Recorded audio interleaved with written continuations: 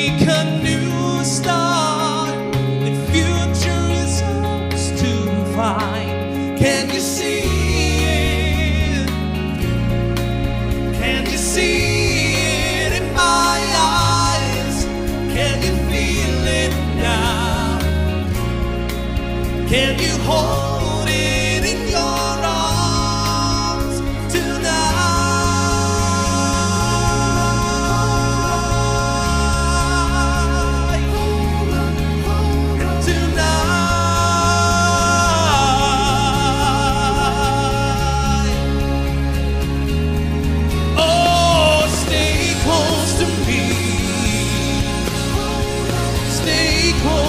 me. Watch the world come alive tonight when you stay close to me. Oh, hold your head high, arms open wide. Yeah, the world starts to come alive when you stay close to me. Tonight this could be the greatest night of our lives. Today this could be the greatest day of our lives. Oh, and the world comes alive, and the world comes alive, and the world comes alive. Oh, oh, oh, stay close to me. Stay close to me. Watch the world come alive tonight when you stay close to me. Oh, raise your head high, arms open wide. Yeah, the world starts to come alive when you stay close to me. Oh.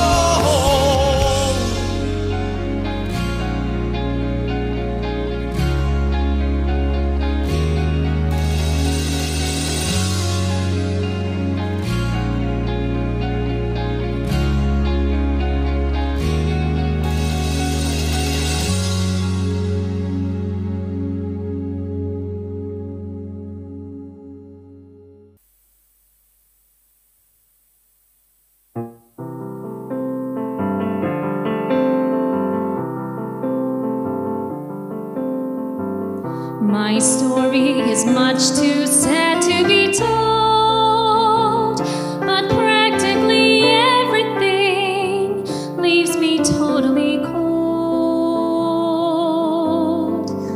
The only exception I know is the case when I'm out on a quiet spree, fighting vainly in the old and wee, and I suddenly turn and see your fabulous face. I get no kick from champagne. Mere alcohol doesn't thrill me at all. So tell me, why should it be true that I get a kick out of you? Some get a kick from cocaine. I'm sure that if I took even one sniff, that would bore me terrifically too. Yet I get a kick out of you. I get a kick every time I see you're standing there before me. I get a kick, though it's clear to me you obviously don't adore me. Some get a kick in a plane, flying too high with some guy in the sky is my idea of nothing to do. Yet I get a kick out of you.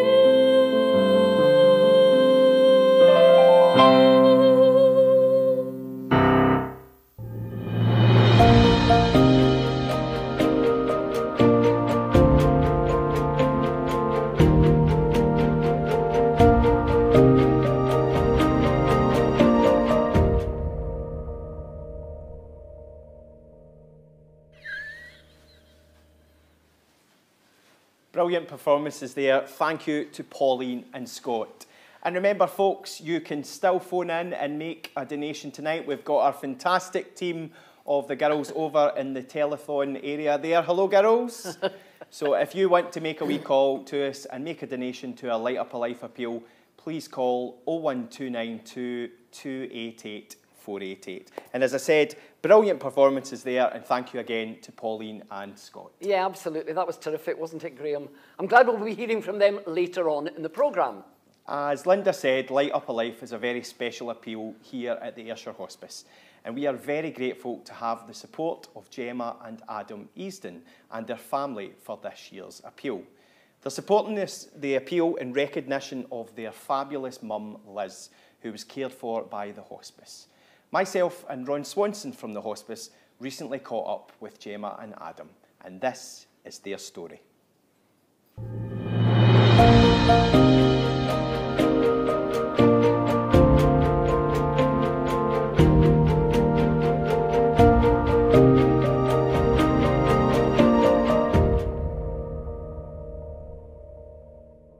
This year we would like to support the Light Up a Life concert, just to thank all the staff for the exceptional care they gave to our mum and us as a family. They made it like home for home when we were there. They went over and beyond the call of duty to make it a bad situation as nice as they possibly could. To go to the hospice, it's going to be like, that's it, you're going to die or whatever. Or she was kind of comprehensive about getting in, wasn't she? Yeah, I think we all were really though. We didn't really know what to expect. We didn't know how it was going to turn out or what it was going to be like, or if it would be like a hospital. But it's definitely not like a hospital. It's the total opposite. It's kind of like a homely environment, and everybody's so caring and things like that. The hospice care we received, our mum received, and us as a family was exceptional. The hospice, first of all, which was the most important thing to mum, was for me to be there doing everything, providing mum more care. I stayed all the time with mum in the hospice, had my wee bed next to mum's bed. Nothing was ever a bother to the staff. I was made to feel as if I was at home. The staff were just so accommodating. It was like home for home, like a first class hotel, wasn't it? Even at the latter stages, with my work and things like that, they offered me to stay in the wee house. So that was really good as well. Obviously me and my dad it was, wasn't it? Yeah. And obviously the dog could come up as well and things like that, so we were all there as a family. It was like a kind of wee home, wasn't it? Wasn't it? Yeah. Nothing was ever in a bother. No. Even my mum's friends came to visit, the staff were away getting them tea and coffee. And they're asking us if we wanted any dinner and things like that as well, so we'd be able to take the dog and go about the wee maze and go into the wee kind of canteen bit where we would make coffees and speak to other people that were in the hospice as well, visiting. Everybody was so friendly, even the staff and other people that were in to visit. Their families as well. Everybody's kind of on the same boat, so you kind of relate to other people that are there, so you see the same people like day in, day out, so you kind of start to form relationships with other people that are visiting as well sometimes, because you'll be saying hello to them and how they're doing and things like that as well, so it's nice. Just always very welcoming. She was a light and soul of a party, wasn't she? Full of life and laughing and joking. Singing. Singing, only one line of the song, but she only remembered the one line. She would sing like the main line and she'd just make up the rest as it went along. She was just always in the go, wasn't she, helping people, and we always did a lot of things as a family and big family holidays and just spending time together, wasn't it? She loved the wee dog as well, Candy. Yeah. So she'd take him out for hours on end, wouldn't she? Yeah. She loved spending time out there with him. He loved it as well, didn't he, the big maze. And hospice accommodated for Candy well, because obviously she loved the dog, so they would let us bring the dog in and see her and things like that, and it was good. So obviously that's part of the family as well. Always looking after people as well. She'd always be up for a laugh, going out to parties and taking care of people as well. She'd always take care of everything, didn't she? She was a nurse, that was her job as well, so she liked looking after people. Just always in the go. She loved holidays, she loved Christmas time. She'd always be the first person to run down the stairs at Christmas, just to see our faces when we were opening up presents and things like that. Even at 4 in the morning. 3 days after, my mum went in the hospice, it was my 30th birthday. My mum was quite kind of upset because she thought that was going to ruin it. We just moved the party to the hospice. The staff were so accommodating, they gave us a big room and allowed all our family and friends to come in, didn't they? So we had a big afternoon tea. Even my mum got tired, she was allowed to go to bed and still be part of the party. We actually celebrated for days, didn't we? Hospice staff made me a birthday cake and they all came and sang happy birthday. And Helen McDonald was Mum's hospice nurse and she was exceptional. Our story wouldn't have been the same if it hadn't been for Helen. She was working a coping mechanism. If ever there was a problem, Helen was at the end of the phone.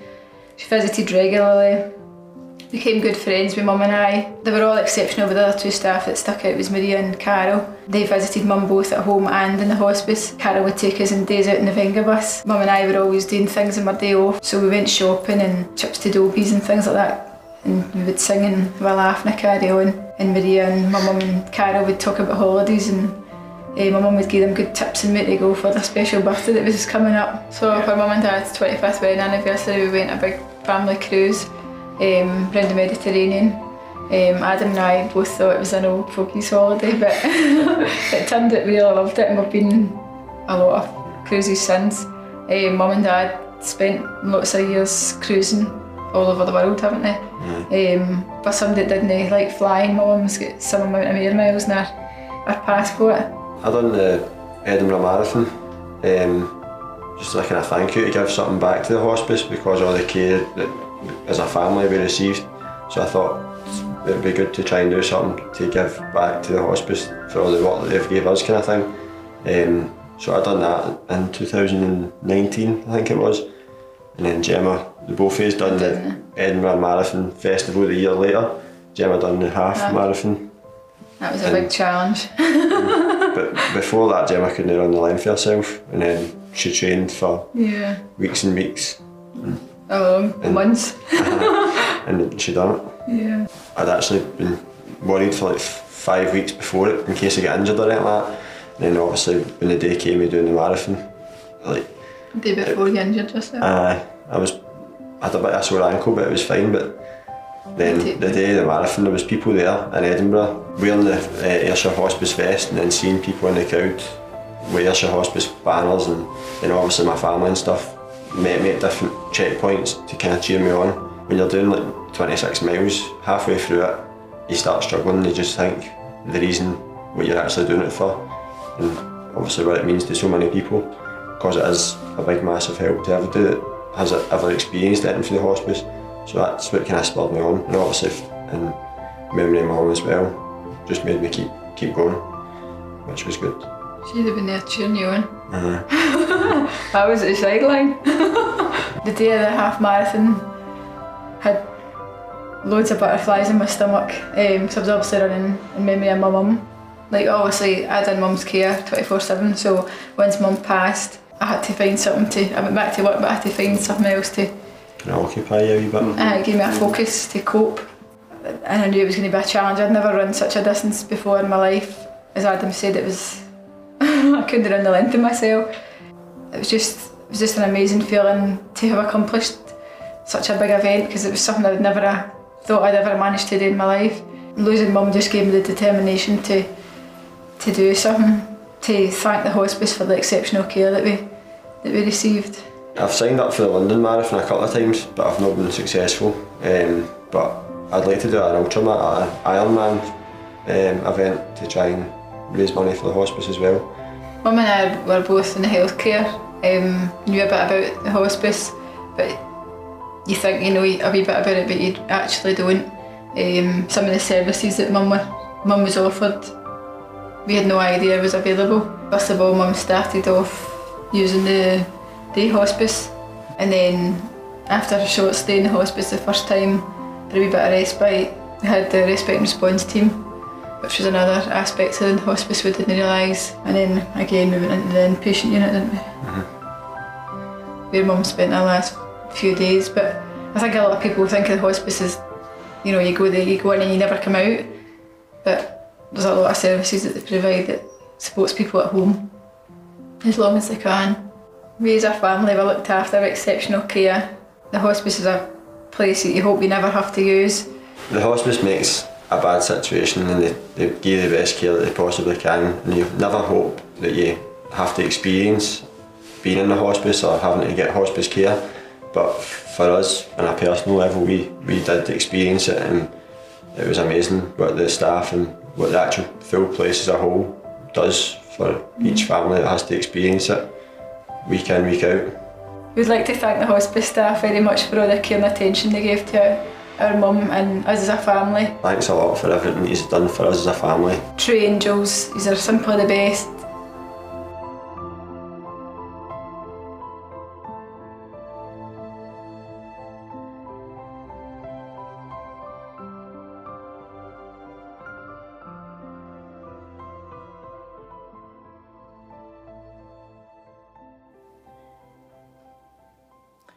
A wonderful tribute to Liz there. Thank you to Gemma and Adam and all the family for their continued support and fundraising efforts.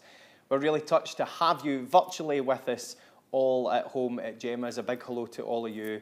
Thank you for watching and thank you for your support, and we really hope you enjoy this evening's programme. Yes, that was a really lovely story there, reflecting on how very important this Light Up a Life appeal is. Remember, you can call any time during tonight's concert on 01292 288 488. The girls are very lonely just across there waiting for somebody to call them, so please phone. Coming up, we introduce the girls from Janice Marshall Stage School with a beautiful rendition from the hit musical Mamma Mia. But first, let's welcome members from Ayr Amateur Operatic Society, who will finally perform their highly anticipated production of Sunshine on Leith at Ayr Gaiety Theatre from the 28th of February next year, 2022. Performing Live With You, please welcome David, Andy and Neil from Ayr Amateurs.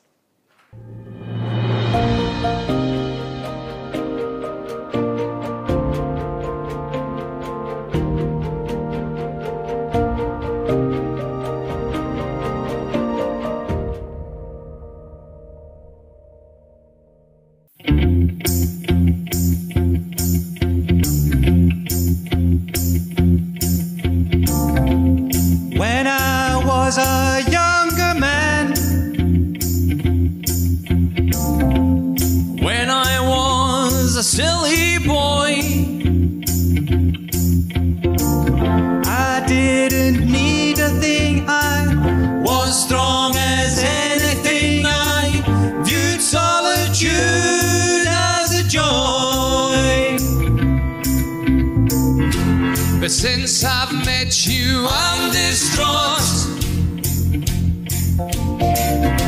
You wandered in and now I'm caught. I never thought I would see someone so truly good, someone who saw everything I'm not.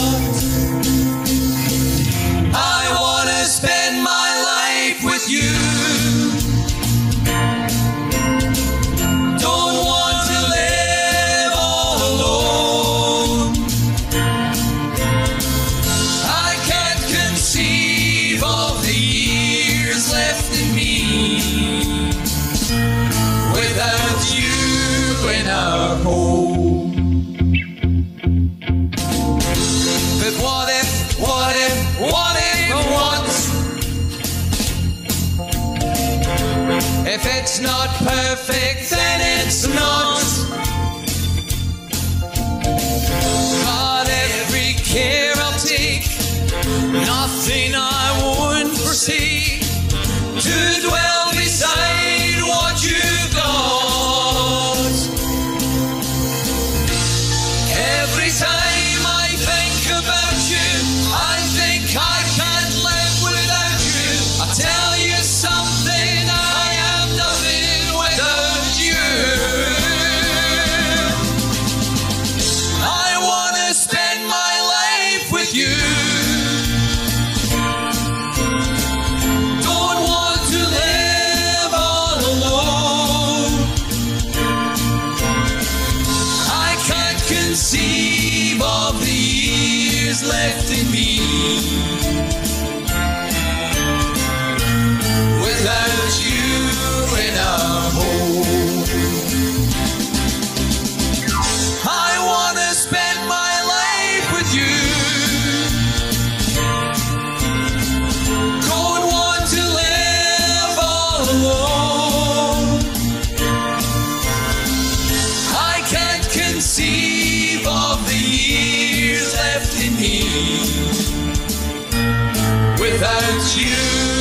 our home.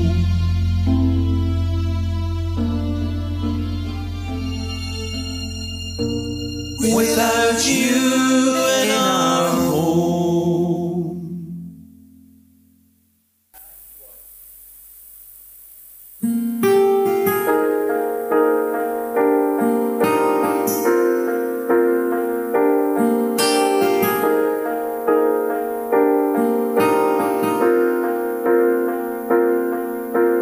School bag in hand, she leaves home in the early morning, waving goodbye with an absent-minded smile. I watch her go with a surge of that well-known sadness, and I have to sit down for a while. The feeling that I'm losing her forever,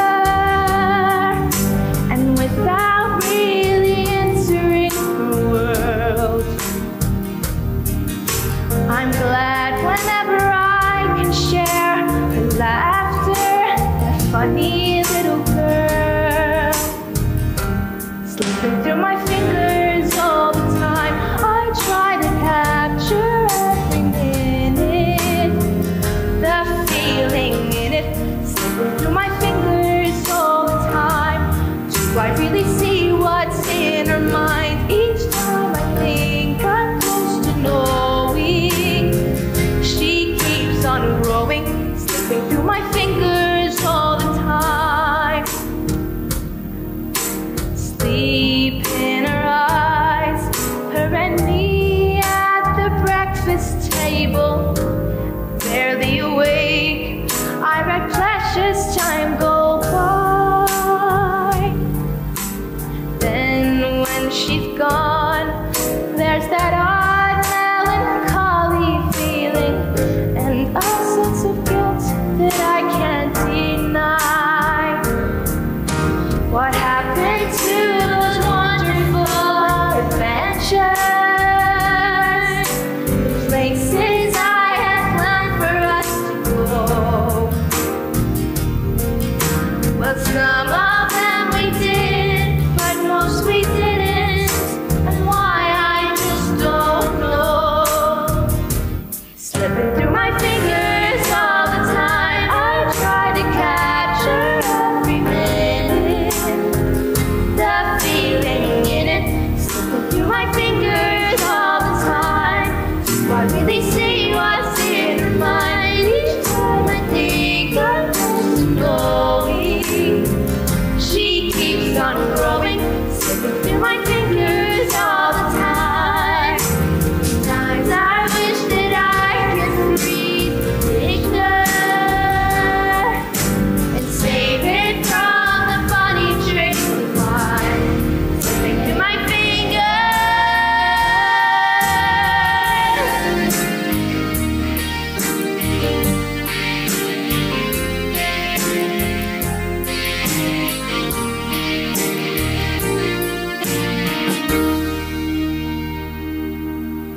School bag in hand, she leaves home in the early morning, waving goodbye with an absent-minded smile.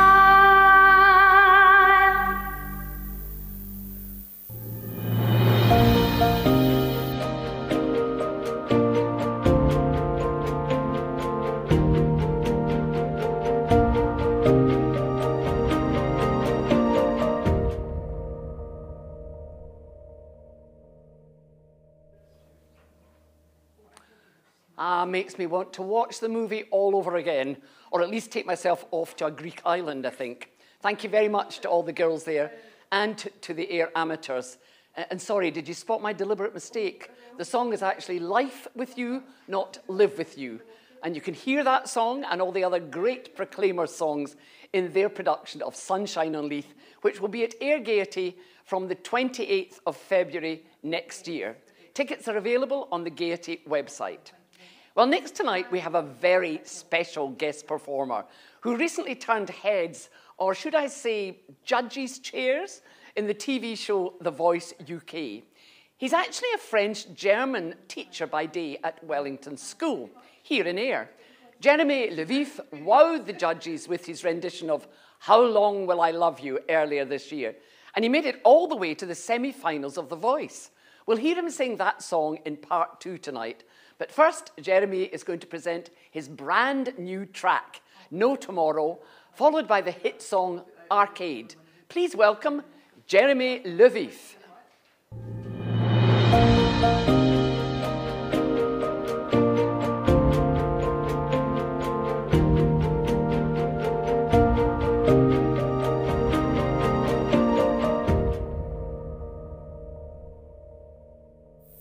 Hello everybody, how you doing?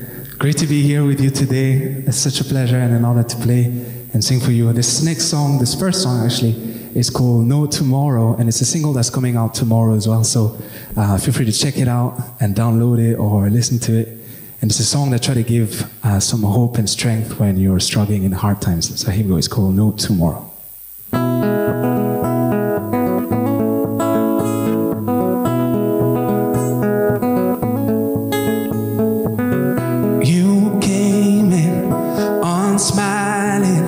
So much on your mind and shoulders. I've been there, rock bottom, when nights pull blind me and seem longer.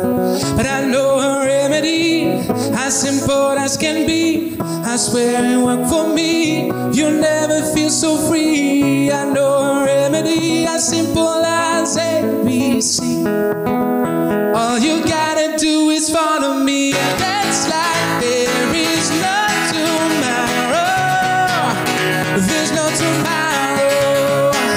Hold mine and never let go. And never let go. Can you feel the love? Can you feel the love? It's in me. It's in you. That's like there is no tomorrow. There's no tomorrow. You tell me your story, how you were left back at the altar. And though you try to move on to, I've never seemed to get much better. But I know a remedy, as simple as can be. I swear it worked for me. You never feel so free. I know a remedy, as simple as ABC. All you gotta do is follow me, and it's like there is no tomorrow. There's no tomorrow. Hold my hand and never let go. And never let go. Can you feel the love? Can you feel the love? It's in me. It's in you. It's like there is no tomorrow. There's no tomorrow.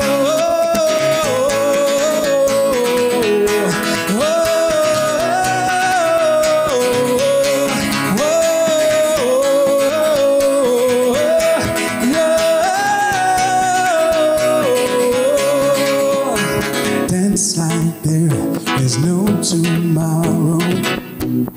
There's no tomorrow. Hold my hand and never let go. And never let go. Can you feel the love? Can you feel the love? It's in me. It's in you. That's like there is no tomorrow. There's no tomorrow. Now there is no. Now there is no. Now there is no tomorrow. Now there is no. Now there is no. Now there is no tomorrow. Thank you very much. Thank you. So today's song was called No Tomorrow. Hopefully you enjoyed it. And you managed to sing along as well to the bridge as well. So the next song is a song which I discovered not long ago, which is called Arcade. And it's by a guy called Duncan Lawrence, who won the Eurovision actually 2 years ago, I think, just before COVID struck, and it's a lovely song, and I hope you'll recognize it and maybe you'll sing along with me as well. So.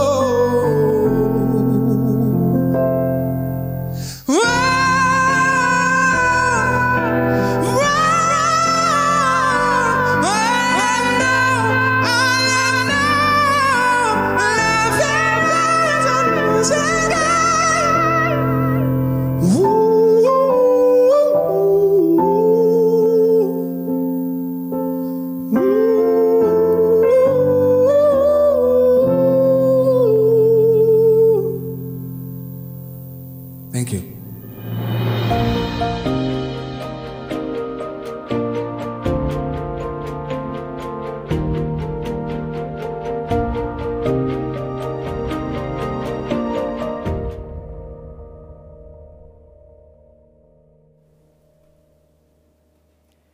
Two amazing performances from Jeremy Levif there. And as Linda mentioned, Jeremy will be performing again for us in part 2.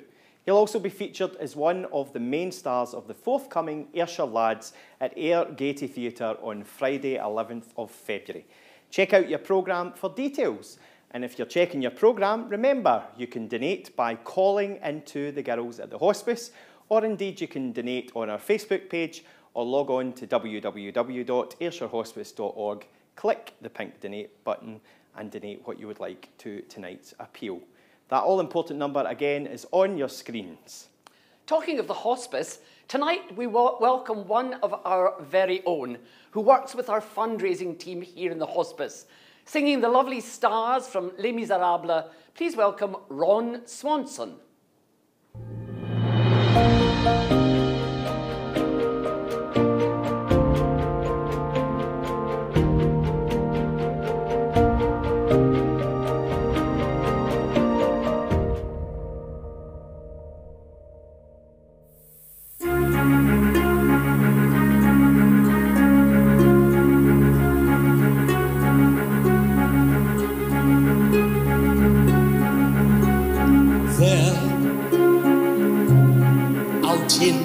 darkness, a fugitive running,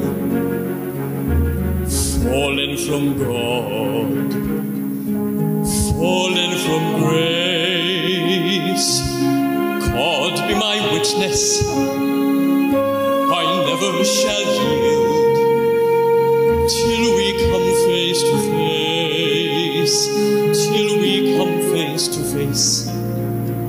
He knows his way in the dark, mine is the way of the Lord. Those who follow the path of the righteous shall have their reward. And if they fall as Lucifer fell, the flame, the sword. Stars in your multitudes, scarce to be counted, filling the darkness with order and light.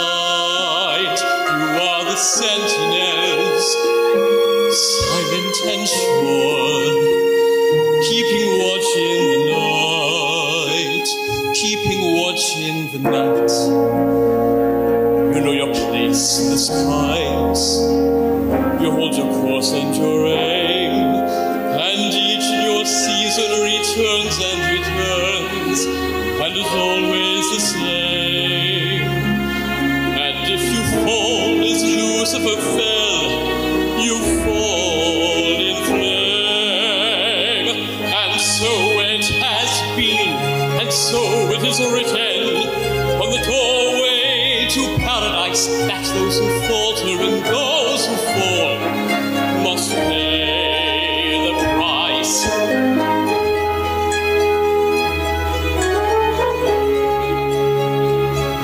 Lord, let me find him, that I may see him, safe behind bars. I will never rest till then. This I swear by the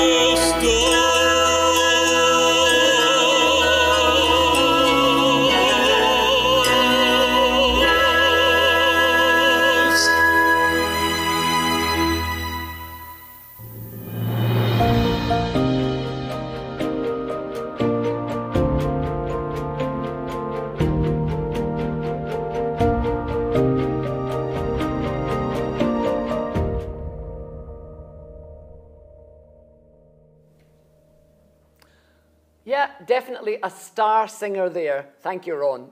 Well, next tonight, we're going to hear from one of our hospice day service patients. During the COVID-19 pandemic, hospice day services were severely affected, and for the safety of all our weekly attending patients, all visits to the hospice had to be curtailed. Despite this, like so many areas of the hospice, we've had to adapt to the ever-changing restrictions and the impending lockdowns that occurred.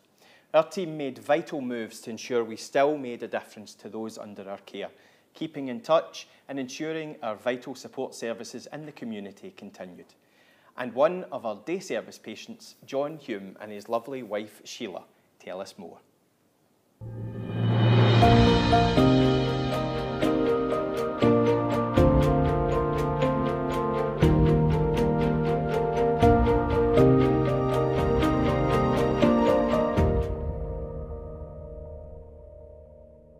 She says, but who's caring for him? She says, you're really struggling. No struggling? For goodness sake, we're managing fine. But that was the first day I realised we were struggling.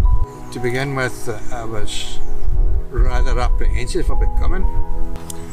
I came with John for his first visit because he was very apprehensive.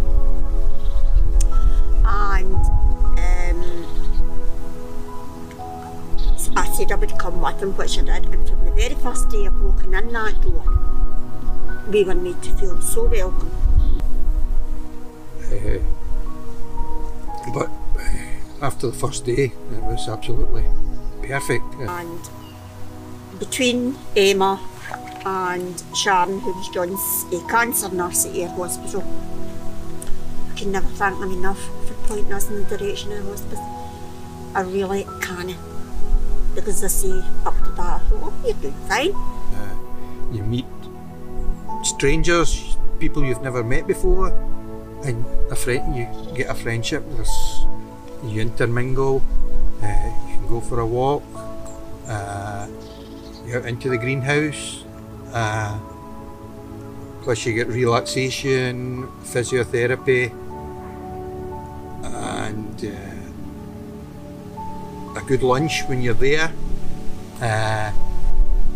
Really first class. I can't say any more. We were invited to an open day, we were invited to an afternoon tea, and that's we brought family with us then, and that opened their eyes up to the service, the day service that the hospice does. But they had already seen the change in us both, so they knew just exactly what the girls at the hospice had done for us. The service is unbelievable. The staff are simply the best. When the girls came forward and said who wants to participate, and I just sat back because I thought it was just for the patients. But they said no. And one in particular was at Halloween time, and the lady was here doing the floral arrangement, and that was great fun. That really was. That was great fun. The first lockdown wasn't too bad because, as I say, we managed to get out. A good garden can get out and sit in the garden, but the second one, the lockdown, was very difficult because it was through the winter and you weren't getting out. Apart from having leukemia, John had a stroke, so no disrespect to John, but I think that exacerbated my pain because I was having to help him. You know, I was having to help him to shower and things like that, and I really do think we'd hit rock bottom. But we didn't realise we'd hit rock bottom. We used to get a phone call every week to see if we were okay, and if we had any problems, and then it went to a fortnight, but they still kept in touch with you, which was very much appreciated. Talking to staff who you knew, and they were very supportive. If there was any problems, you were only a phone call away. Because he wasn't getting out, and because he wasn't coming to the hospice for his physio, his balance was very much affected. And I just felt in himself he wasn't good, and at one point I actually did speak to GP because I wondered if John had had another wee stroke, which I had missed. Anyway, even during the COVID, she did see John and assessed him, and she said no. She said he certainly hasn't. She says it's the COVID. She said it's just because he's not getting out, he's not meeting other people, and he's not using his muscles and what have you. So when the girls at the hospice got in touch, and he started off with his monthly pack, and I mean that was great fun. You might say John's never done a word search in his life. He has now. And the weekly phone calls with whoever it was, whether it be yourself, Elaine, or whoever, he looked forward to these. And actually, I always spoke to whoever it was as well. The packs were very good. There was word puzzles. There was one pack. They sent out seeds, which we planted up and watched them grow. History about the local Ayrshire.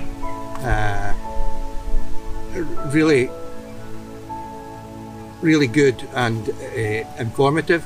They also had a song memorabilia, took you back years, your younger life, and everything in these parks, first class.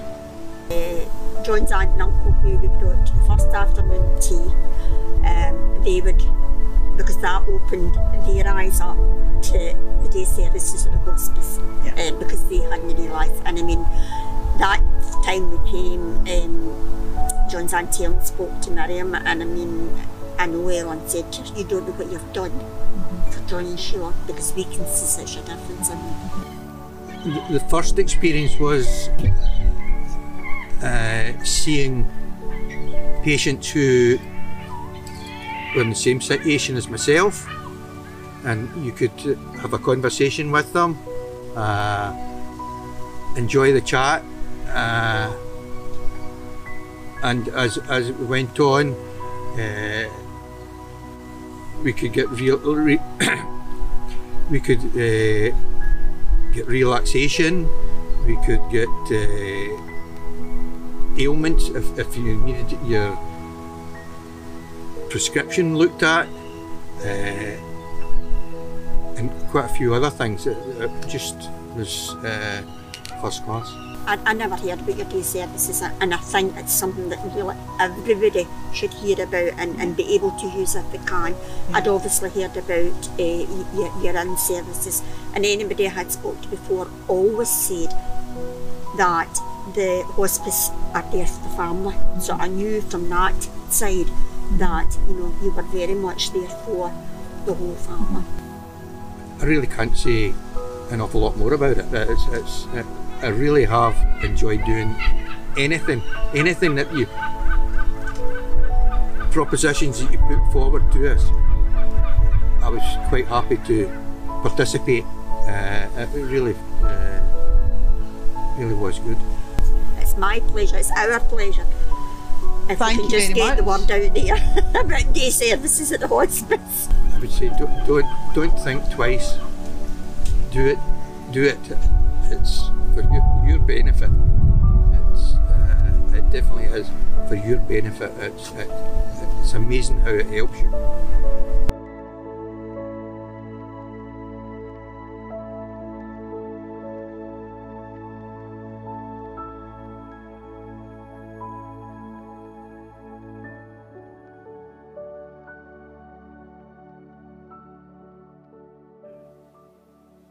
Many thanks to John and Sheila for sharing their story with us.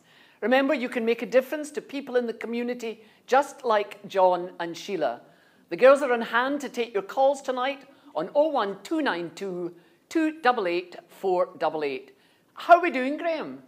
Yeah, we're doing great, Linda. Thank you very much. The girls are really busy on the phones just now. Thank you so much to everyone so far who's made a donation, both in the telethon and via Facebook or on our website. How are we doing there, Fiona? Hi, Graham. We're having a great night over here. Plenty of phone calls, and people are also donating on Facebook and on the Ayrshire Hospice website. So Fantastic. Long may that continue. Absolutely, thank you. That all-important number again is on the bottom of your screens there, 01292 288 488.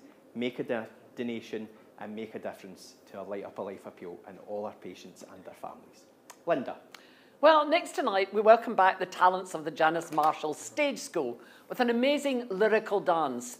A portion of this video was recorded earlier this year on our local shores in Ayr.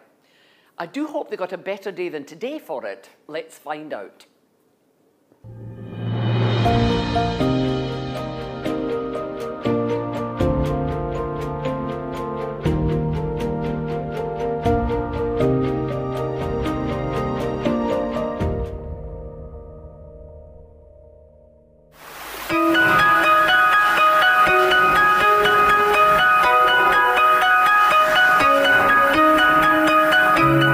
Times that I've seen you lose your way,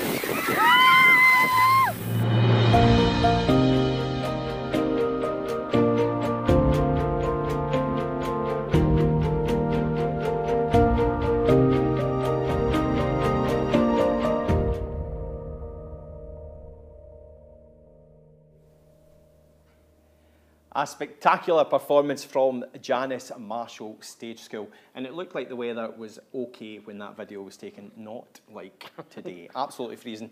I think I'd pick a much warmer beach myself for my dancing. I've seen you dance. I think I'd pick a beach that was much further away. Oh, thanks, girls. Well, we're almost at the end of the first part of tonight's programme, and we have a wonderful treat to finish. Last year, Forehill Primary School very kindly supported our Light Up a Life concert with their own produced song, Let Love In, ably guided by their music teacher, Lee McDowell.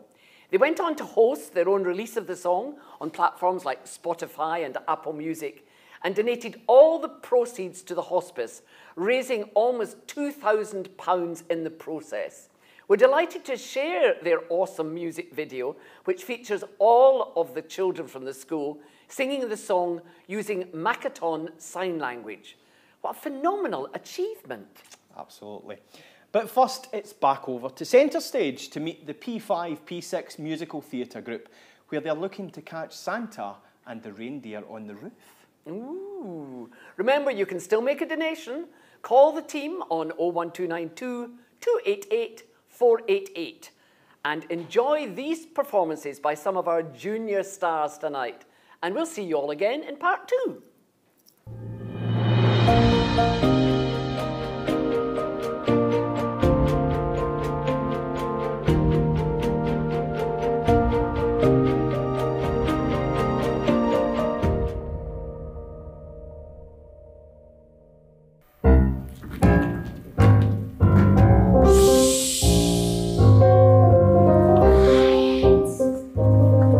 Santa Claus is coming, coming Christmas Eve. Gonna catch a glimpse of him, for he's not just make-believe. Lure him down the chimney with the smell of food, cookies and a glass of milk. Gonna catch that Santa too. Looking for Santa Claus high and low, looking for Santa Claus, ho, ho, ho. Searching for Santa Claus left and right. Where could he be tonight? When you hear the reindeer and their reindeer paws, then you know the time has come. Gotta catch that Santa, catch that Santa, catch that Santa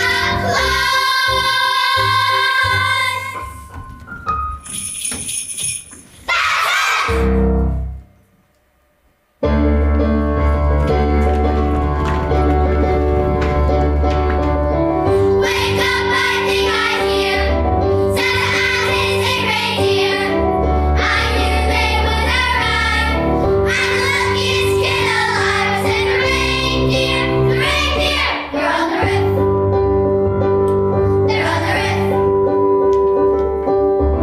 Wake up, I think I see all the presents just for me.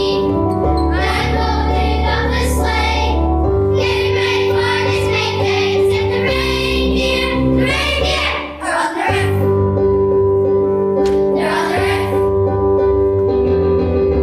I hear them prancing, I hear them dancing. It's so entrancing.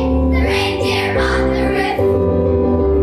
I hear their hooves, they're sounding so sweet. They're here on my street. The reindeer on the roof. Wake up, I think I hear they're on the roof. Santa and his reindeer, they're on the roof. I knew they would arrive. I'm the luckiest kid alive. Said the reindeer, they're on the roof. They're on the roof.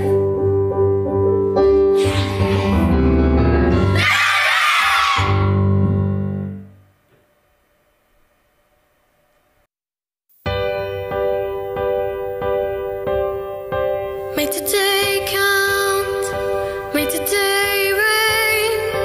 You can pull through the hurt and the pain.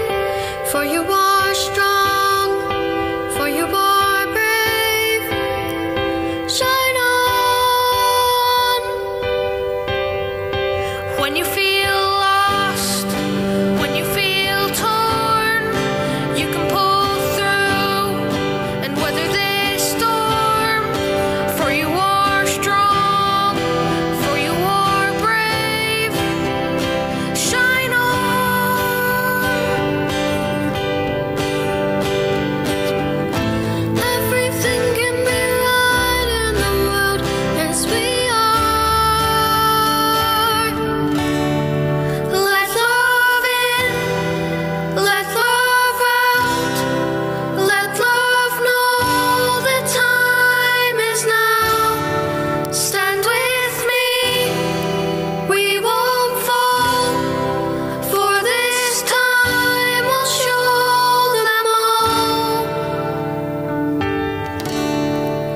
can see hope, I can see truth.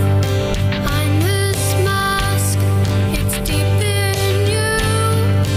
For you are strong, for you are brave. Shine on.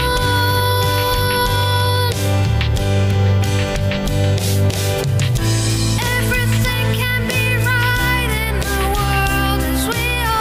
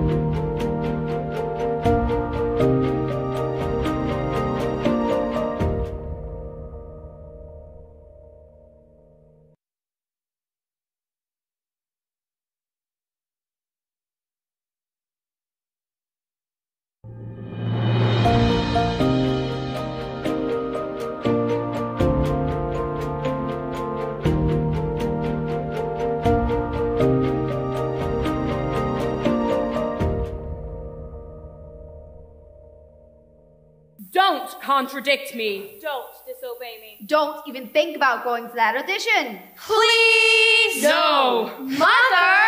Stop. Stop telling me what to do.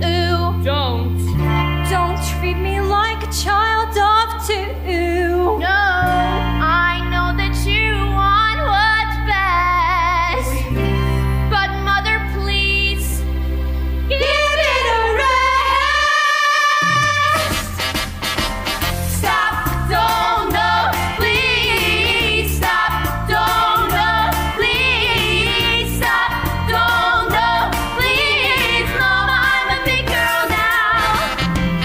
Once upon a time when I was just a kid, never let me do just what the older kids did. So lose that laundry list of what you won't allow. 'Cause mama, I'm a big girl now.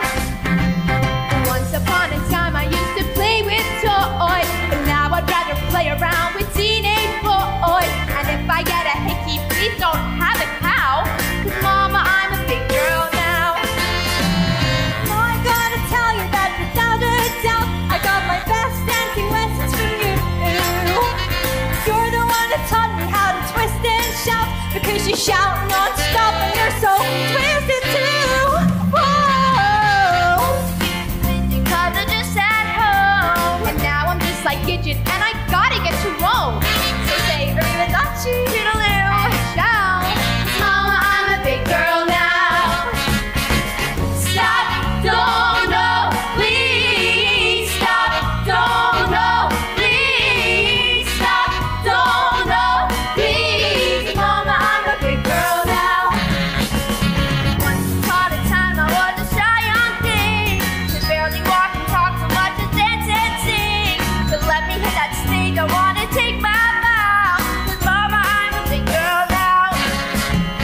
Once upon a time I used to dress up Ken, but now that I'm a woman I like bigger men. And I don't need a Barbie doll to show me how. 'Cause mama, I'm a big girl now. Now you always taught me what was right from wrong, and now I just want to give it a try. Mama, I've been in your nest for far too long, so please give a cushion, mama, watch me fly. Watch me fly. One day I will meet a man you won't condemn, And we will have kids and you can torture them. Let me be a star before I take that vow. 'Cause mama, I'm a big girl now. Mama, I'm a big girl now. Mama, I'm a big girl. Such a big, big girl. I'm a big girl now.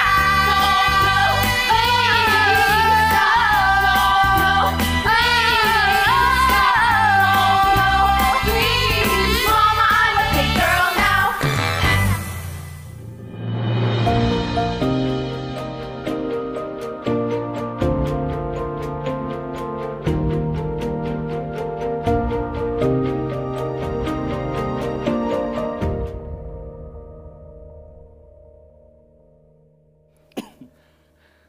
Hello, and welcome back to part 2 of our Light Up a Life Christmas concert. Another fabulous performance from the Janice Marshall Stage School, opening our second half tonight. What terrific dancing and singing. Big thanks to them for all their performances tonight.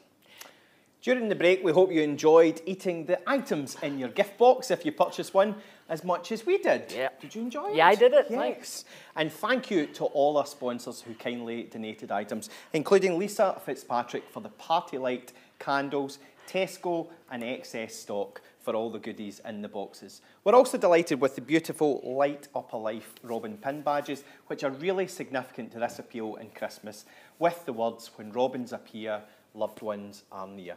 So a big thank you for everybody who purchased the box. Also within your box tonight, we have a very special Light Up a Life star. These can be displayed on the Christmas tree. It will be one of these fabulous trees here. They'll be on display at the hospice. And if you want to write a special message, you can send that in to us as part of our Light Up a Life appeal and share your story with us. So thank you very much, everybody who purchased a box. And also, talking about Christmas trees, don't they look fabulous, Linda? They're terrific, aye. I think, could I get one of those in the boot of my car tonight? No, maybe a bit big. Anyway, speaking of Christmas trees, both North and South Ayrshire Council are kindly supporting the Hospice Light Up a Life message by displaying banners at some of their key Christmas tree sites. For South Ayrshire Council, hospice banners can be seen around the fence perimeter of the council's huge flagship tree in Burns Statue Square. And in North Ayrshire, they will also be displaying the banners around the perimeter of their 10 outdoor trees across the local authority, also in Eglinton Country Park, plus decorating their trees in purple and showcasing our poster in all public libraries. There's a QR code printed in each banner or poster throughout, which links supporters to our virtual trees page on the Hospice website, where supporters can donate and dedicate a star to someone special. So huge thanks to North and South Ayrshire Councils for supporting this year's Light Up a Life appeal in such a meaningful way. Next tonight, we have a lovely performance from members of Loudon Musical Society, Lindsay Campbell and Connie McCrone, who are going to perform I Will Never Leave You from the musical Sideshow.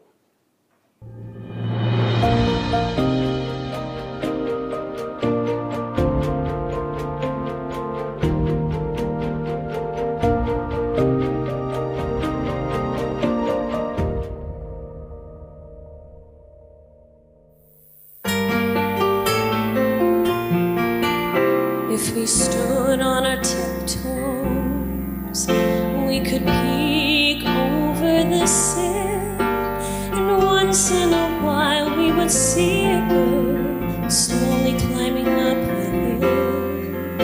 And we think, what a sad situation to be outside on your own, to go through the day with no playmate, to go through life all alone. I will never leave you, I will never go away. We were meant to share each moment, beside you is where I will stay. Evermore and always is who you are nowhere to.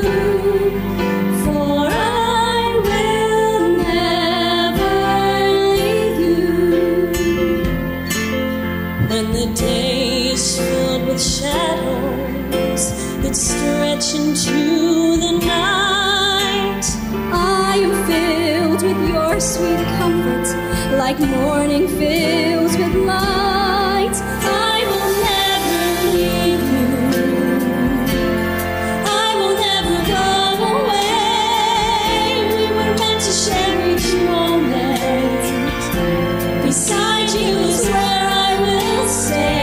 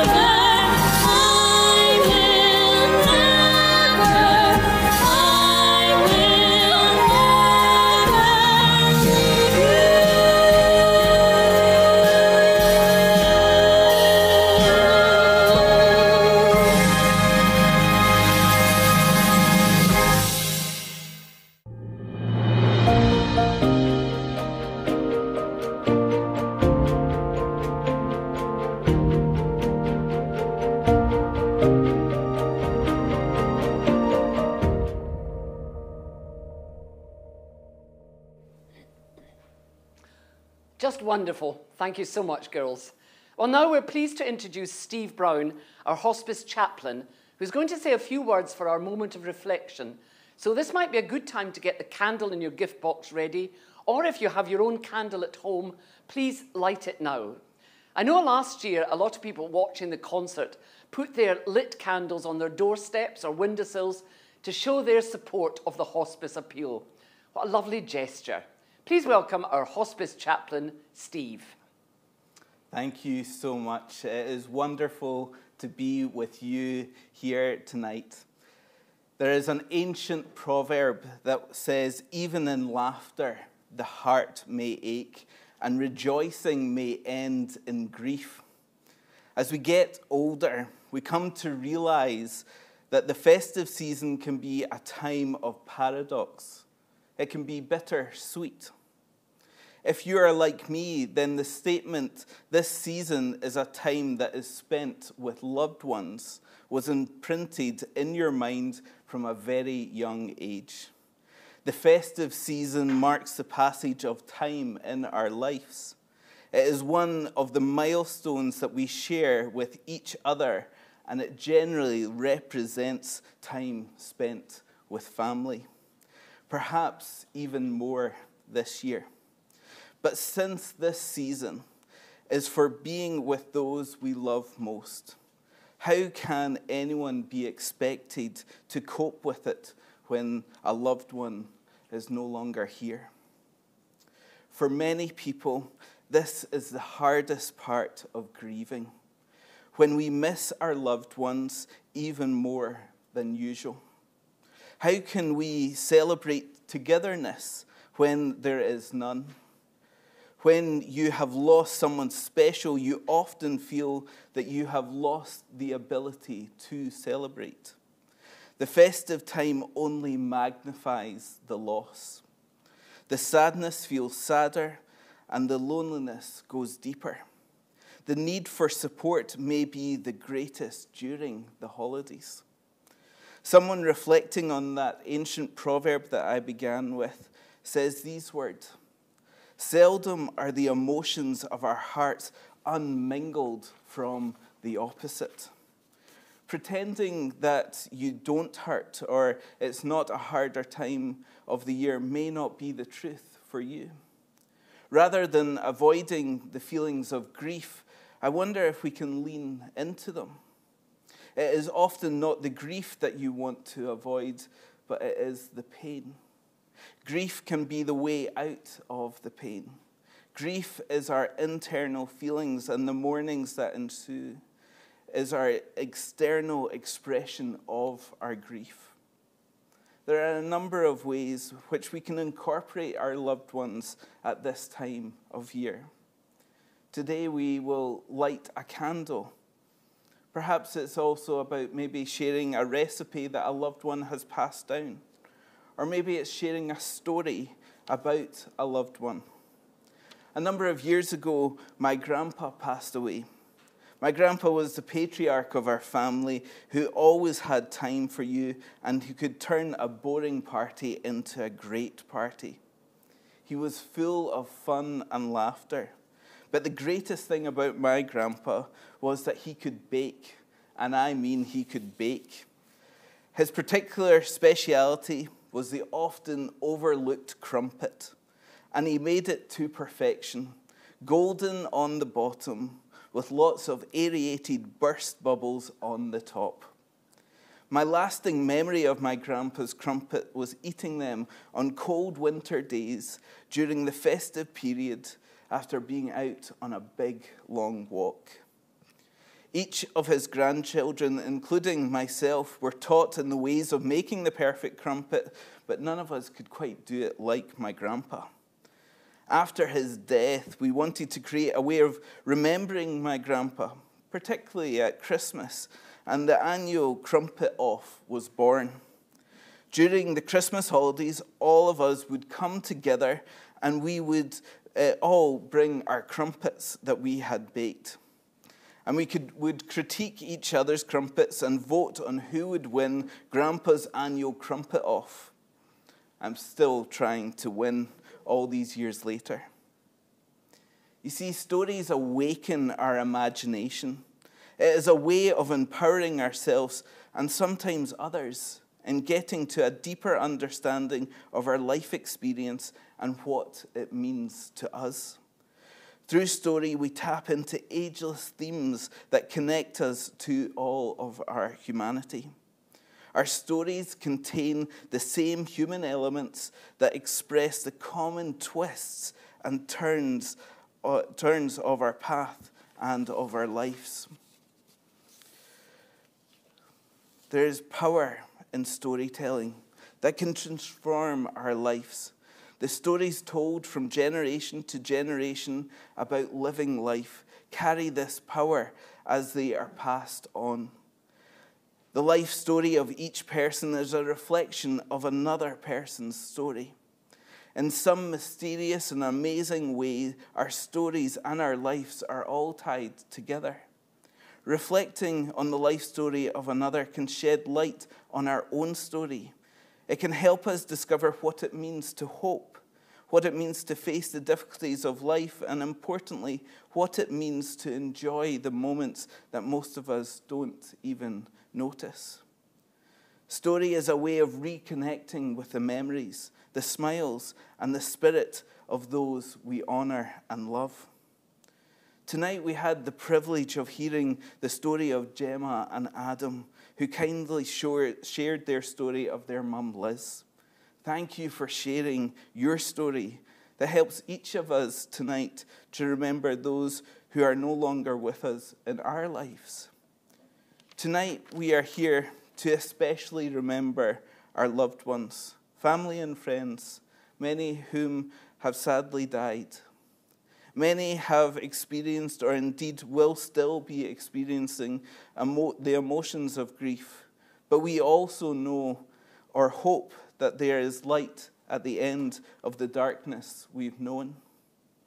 The lights of our candles can act as such a powerful image of hope and comfort. They are a symbol of our connectedness with one another and with those we honor, remember, and love. We remember so many individuals through these lights. Each of us knows what these lights signify and whom we remember through them. So this evening, wherever you are in Ayrshire, in your home, you can be a beacon of light. Your little light that you put perhaps in your window or by your door is a sign of those that are no longer here. So let us light our candles. And as we do so, the McElwraith brothers will sing a song for us, For Good, from the musical Wicked.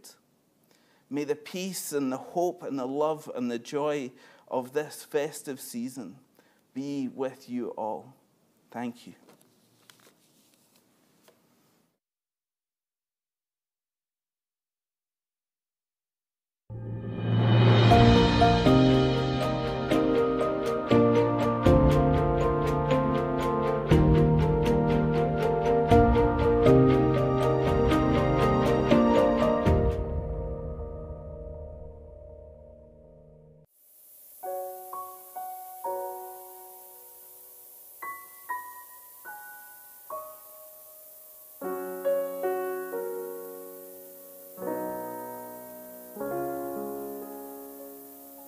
I've heard it said that people come into our lives for a reason, bringing something we must learn, and we are led to those who help us most to grow if we let them, and we help them in return.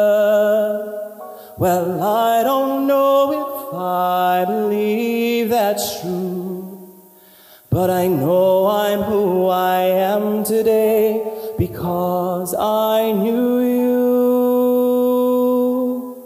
Like a comet pulled from orbit as it passes the sun, like a stream that meets a boulder halfway through the wood. Who can say if I've been changed for the better? But because I knew you, I have been changed for good. It well may be that we may never meet again in this lifetime. So let me say before we part, so much of me is made of what I learned from you. You'll be with me like a handprint on my heart. And now whatever way a story ends, I know you have rewritten mine by being my friend.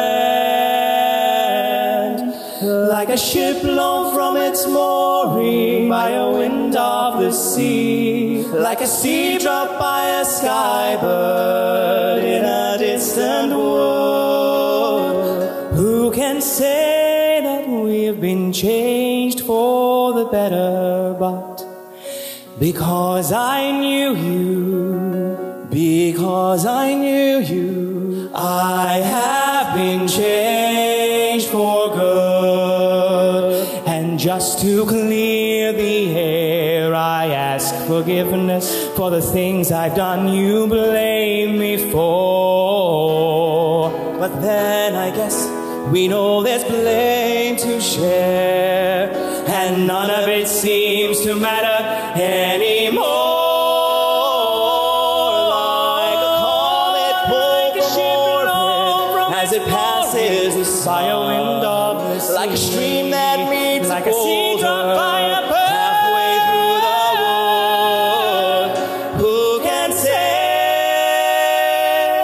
if I've been changed for the better? I do believe we have been changed for the better. And because I knew you, because I knew you, because I knew you, I have been changed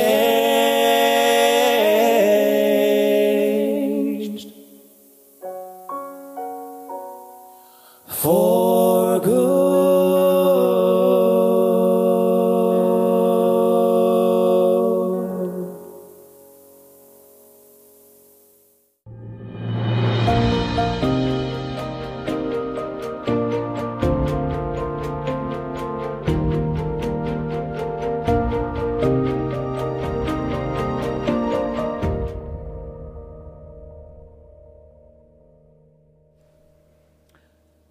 The Macaraith brothers performing the meaningful song For Good from the hit musical Wicked.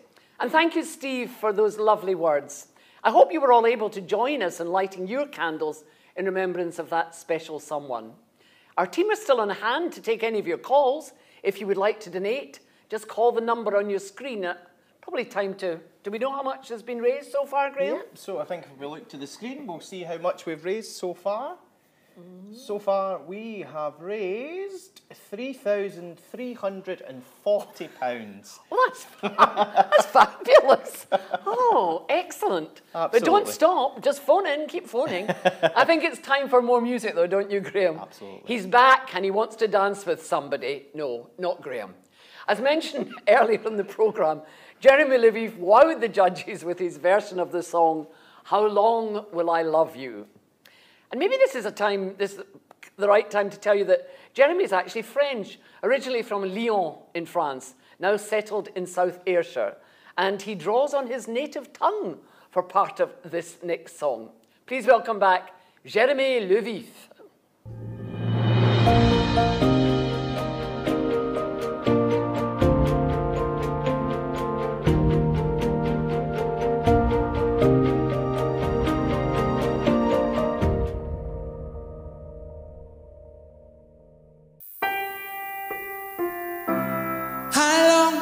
Will I love you as long as stars are above you?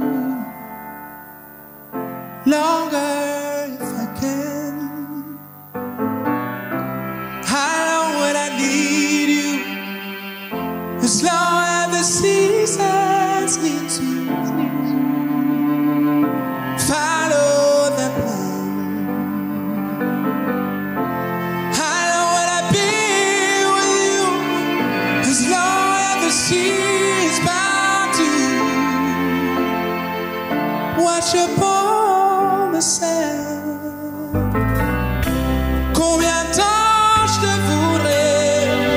tant que tu veux y être compté. Et plus longtemps encore. Combien de temps je tiendrai autant ton père juré. Et plus longtemps encore.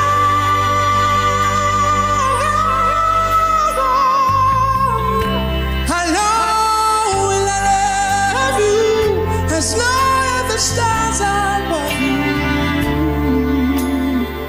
Longer if I may.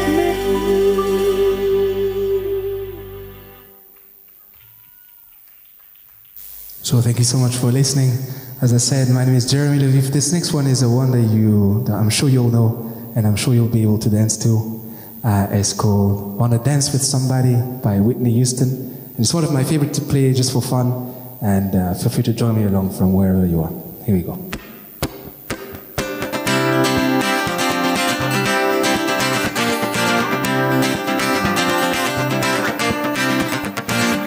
Clock stops upon the hour and the sun begins to fade. There's still enough time to figure out how to chase my blues away. I don't know right up till now is the light now shows me how. And when the night falls, my lonely hours, sing it. Oh, dance with somebody. I wanna be here with somebody. Yeah, I wanna dance with somebody. With somebody who loves me. Oh, I wanna dance with somebody. I wanna be here with somebody. Yeah, I wanna dance with somebody. With somebody who loves me.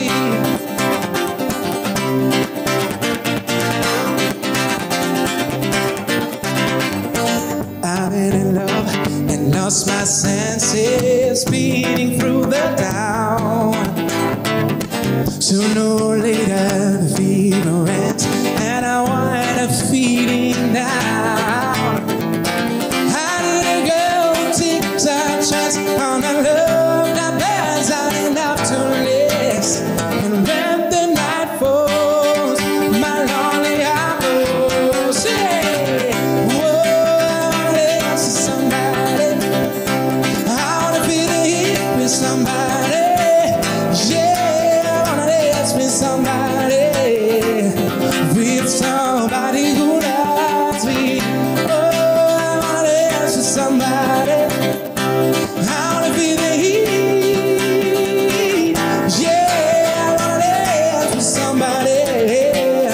With somebody who loves me. Don't you wanna dance? Don't you wanna dance? Don't you wanna dance? Don't you wanna dance? I need a girl who takes a chance on a love that burns out enough to last. And when the night falls, my lonely hours, yeah. Oh, I wanna dance with somebody. I wanna be there with somebody. Yeah, I wanna dance with somebody. With somebody who loves me. Oh, I wanna dance with somebody. I wanna be the heat. Yeah, I wanna dance with somebody. With somebody who loves me.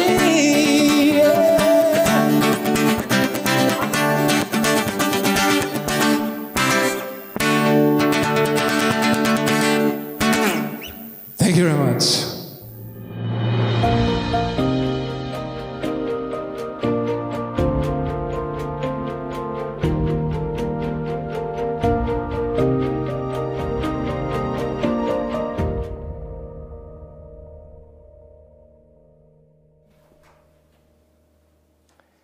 A fantastic performance from Jeremy, or should I say, formidable. Well, you could, yes. Huge thanks again for your kind support, Jeremy. It's been amazing to have you in this year's concert. And remember, everybody, Jeremy will be taking part in the show at the Gaiety. Check out your programme for details. Well, next tonight we meet Stephanie Simonton, a wonderful supporter and fundraiser for the hospice. Stephanie's dad spent a short time with us in the hospice, and Stephanie and her family have always been grateful for the difference made to her dad. This is her story.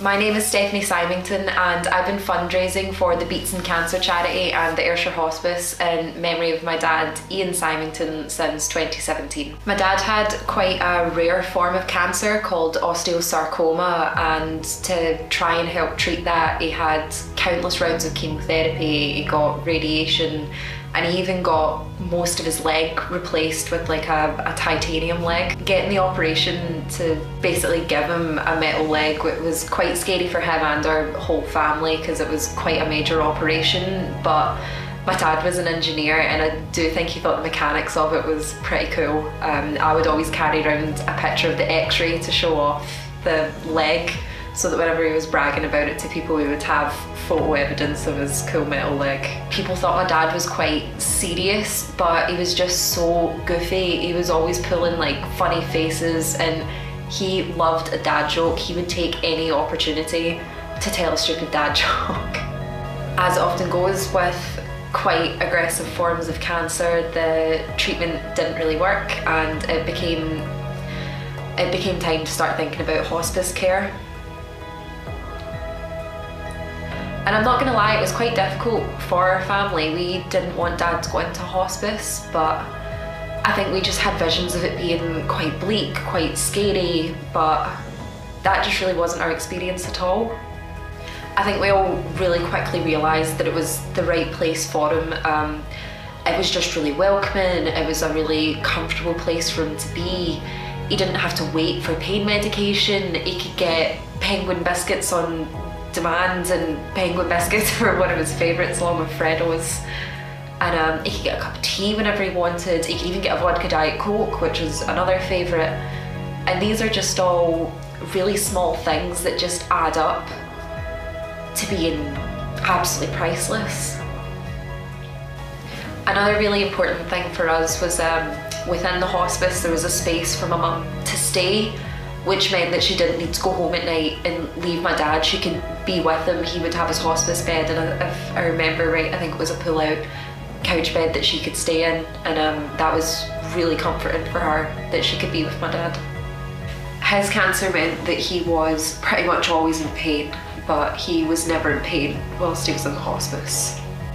So there is no right or wrong way to honour someone's memory, but because my dad was a really practical person, I knew that he would want good done in his name, and that's why I decided that I would start fundraising for the Beats and Cancer charity and the Ayrshire Hospice, just as a thank you for everything that they did for my dad.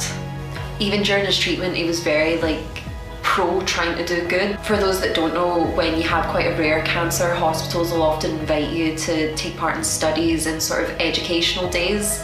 When you take part in these studies, they give you some money as a thank you, but my dad would donate it back to the research because he felt that he wanted the money to do good, and so that was just his attitude to things like that was a massive inspiration for me, and that's why I chose the name Team Symington. The very first fundraising event that we did, a group of us took part in the Great Scottish Run, which was a 10k, and we got sponsored to take part in that run, and it was really great for us to come together and raise all that money in his name. And it was after that that I decided to add the events on, because I thought it wasn't fair to just always ask my family and friends to give me money. I thought, okay, well, you can buy a ticket and come along to an event and you can have a really fun time, we can get together, but we're still raising money for a good cause. And with the help of kind strangers, family, friends, we've managed to raise over £5,000 now, And for anybody that's attempted to fundraise during COVID times, it makes the difficult task of fundraising even harder. So I'm really thankful and really proud that we managed to reach this £5,000 mark this year in 2021. But to anybody that's watching tonight, and to anybody that has ever raised money or donated money to the Ayrshire Hospice, from the bottom of my heart, I cannot thank you enough. The Ayrshire Hospice couldn't run without fundraisers, without donations, and the hospice just means the world to me and my family, and I know they mean the world to countless other families as well. For me, there is no amount of money I could ever raise that would ever be enough to thank the Ayrshire Hospice for the care they gave my dad. So, truly from the bottom of my heart, thank you.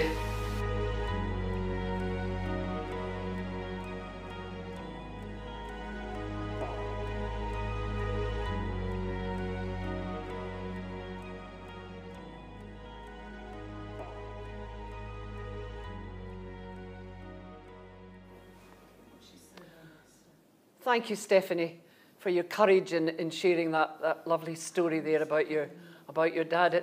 It's really another special story. It's very moving to hear a member of someone's family talking in that way, and we know here at the hospice how much Stephanie has done for the hospice appeal and how much she's still doing for the hospice appeal. And you can make a difference too, to help somebody like Stephanie, to help somebody like Stephanie's dad. Please don't forget to keep phoning in. The phones are quite busy at the moment, but just keep trying. 01292 288 488. Thank you. And we stay in a kind of theme of remembrance, and welcome Olivia Thompson from Loudon Musical Society with a beautiful rendition of Eva Cassidy's Fields of Gold.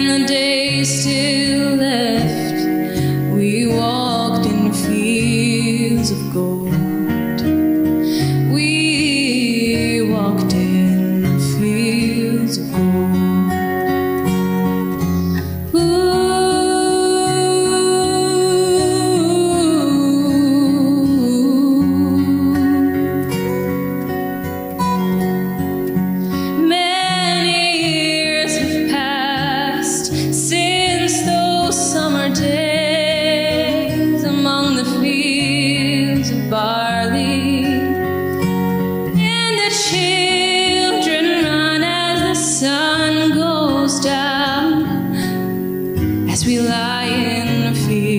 fields of gold.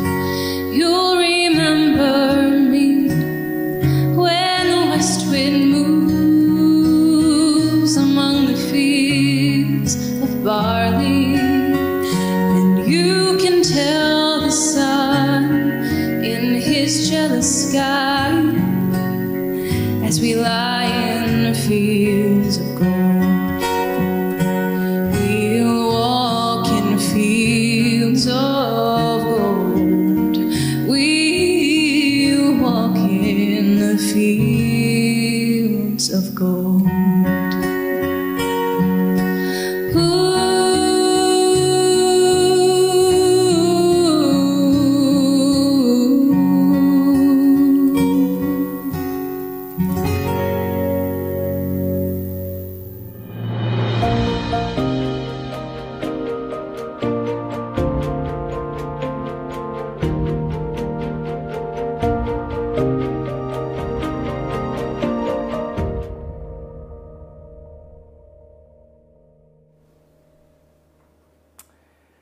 A very moving performance from Olivia from Loudon Musical Society. Big thanks to Olivia, and again, huge thanks to Olivia, Lindsay and Connie and all at Loudon Musical Society who I know are tuning in tonight. Thank you very much for your support of the concert. Well, there's still an opportunity, everyone, to support the Light Up a Life appeal, and you can phone in. I'd like to say a very special thanks to the person who admired my hair on the phone tonight. That was very kind of you. Do you think it's, Linda kind of doesn't share that, she doesn't say it's very attractive, so, but thanks to you and David Hume. I'll give you that £20 later. Well, I'm here with Heather on the phones. The phones are really busy. How's it all going, Heather? It's going great, yes. We've had a very busy night so far, but it's lovely to speak to so many people and just hear the stories of who they are donating in memory of. So keep phoning in and we'll be really welcoming to speak to you tonight. Okay. Thanks very much, Heather. And just to reiterate Heather's words, your money really will make a difference to patients and their families throughout Ayrshire. Just call the number on your screens, 01292 288 488, or you can donate on our Facebook appeal or via our website. Well, next tonight we're going back over to Centre Stage for another performance, and it's the S5, S6 musical theatre group who are going to perform When Christmas Comes to Town from the DreamWorks hit film The Polar Express. Please welcome back Centre Stage.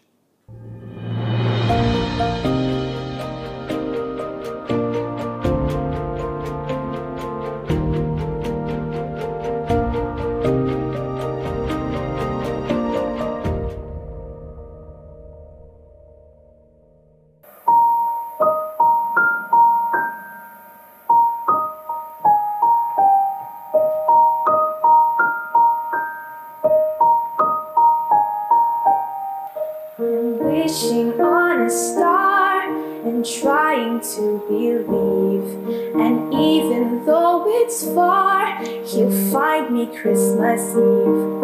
I guess that Santa's busy, 'cause he's never come around.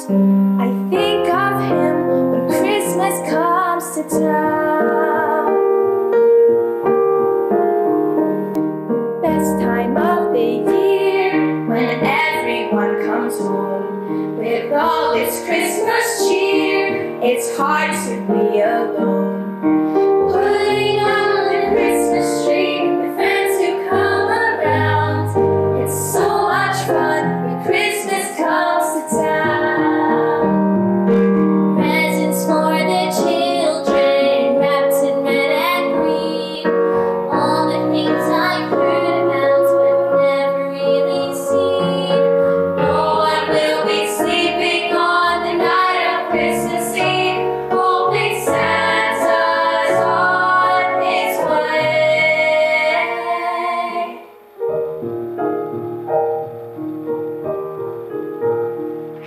When Santa's sleigh bells ring, I listen all around. The herald angels sing, I never hear a sound. And all the dreams of children once lost will all be found. That's all I want when Christmas comes to town.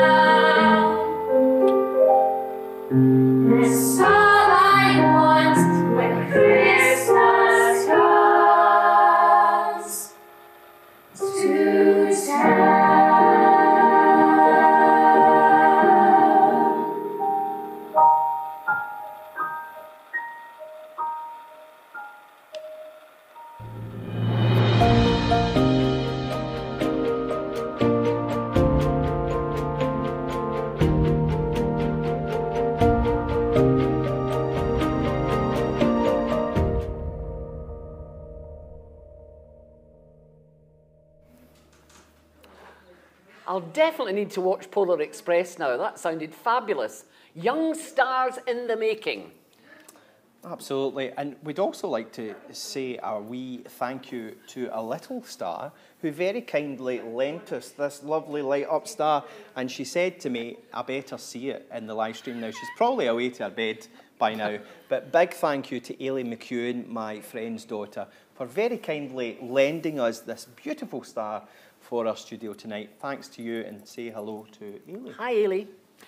Well, we'd like to say a big thank you now to all our wonderful sponsors tonight. And we're so glad to have you all viewing with us.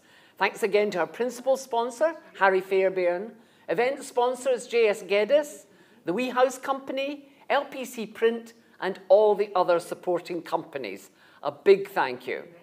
Well, tonight we welcome back the talents of Scott Watson, who's going to perform Say Something.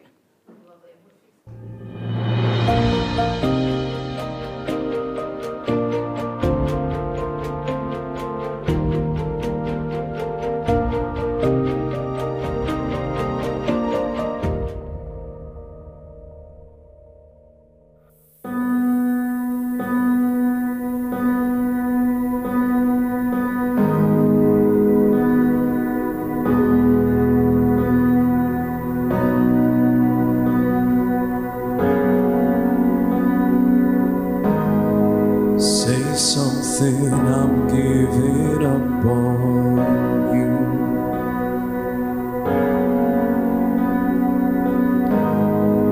I'll be the one if you want me to.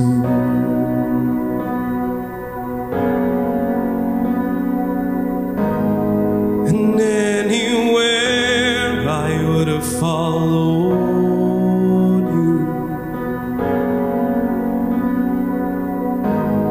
Say something, I'm giving up on you. And I'm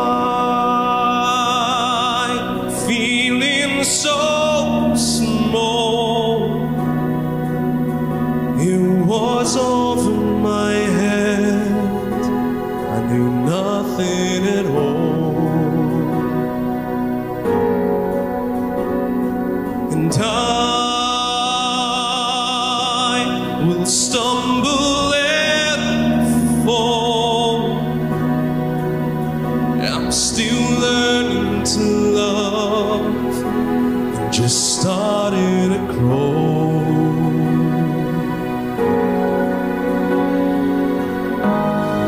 And say something, I'm giving up on you.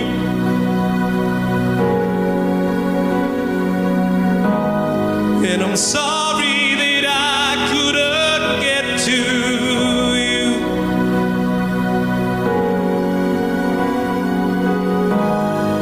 And anywhere I would have followed you. Say something, I'm giving up on you. And I will swallow my pride. You're the one that I love, and I'm saying goodbye.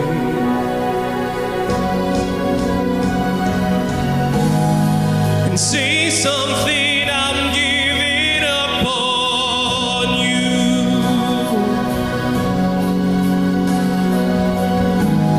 And I'm sorry that I couldn't get to you.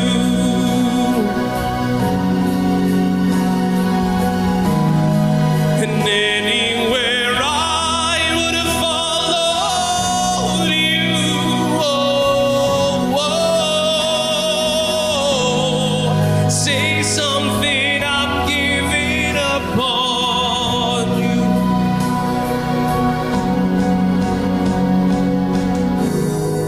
Say something, I'm giving up on you.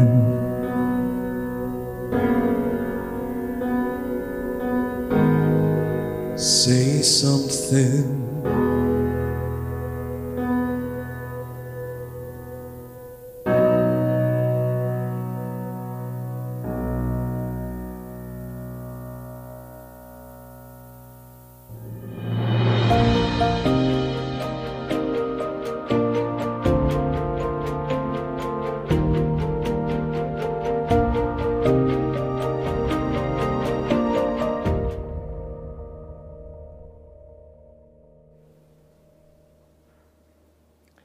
Another moving performance there. Thank you to Scott for very kindly supporting us. And again, a big thank you to all our performers who have given freely of their time for tonight's concert in the lead up at the pre-recordings at the Gaiety Theatre and Centre Stage. Now remember, the girls are still on hand. It's been absolutely fantastic to listen to them talking to a lot of you at home, sharing your stories, and that's what it's all about. So huge thanks to everyone who's donated on the phones, through Facebook, or on our website. We really appreciate it. That number again, 01292 288 488. Well, next tonight we have another special story. A few weeks ago, I caught up with another of our wonderful patients and also one of our wonderful fundraisers and supporters, Lynn McMorrow, one of our day patients, and this is Lynn's story.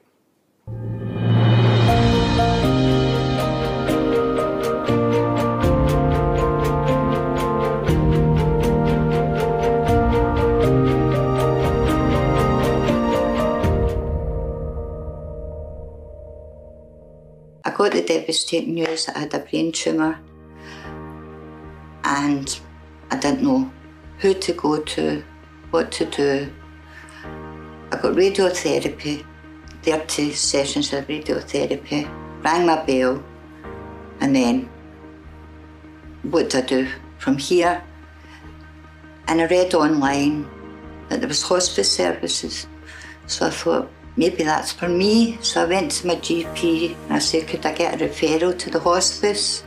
He said, yeah, that would be good for you.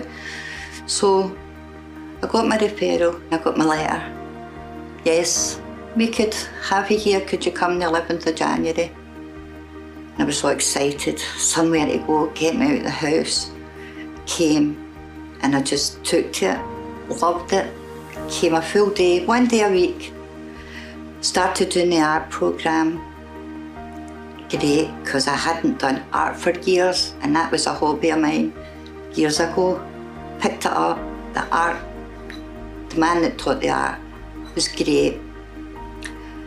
That was it, 6 months. Then, because I was really upset because I only could do 6 months, so he said, you can come back in the afternoon. So that was just great. Just being able to get out of the house for 1 day a week was a lifesaver. That was just wonderful. Before I came to hospice, I felt isolated.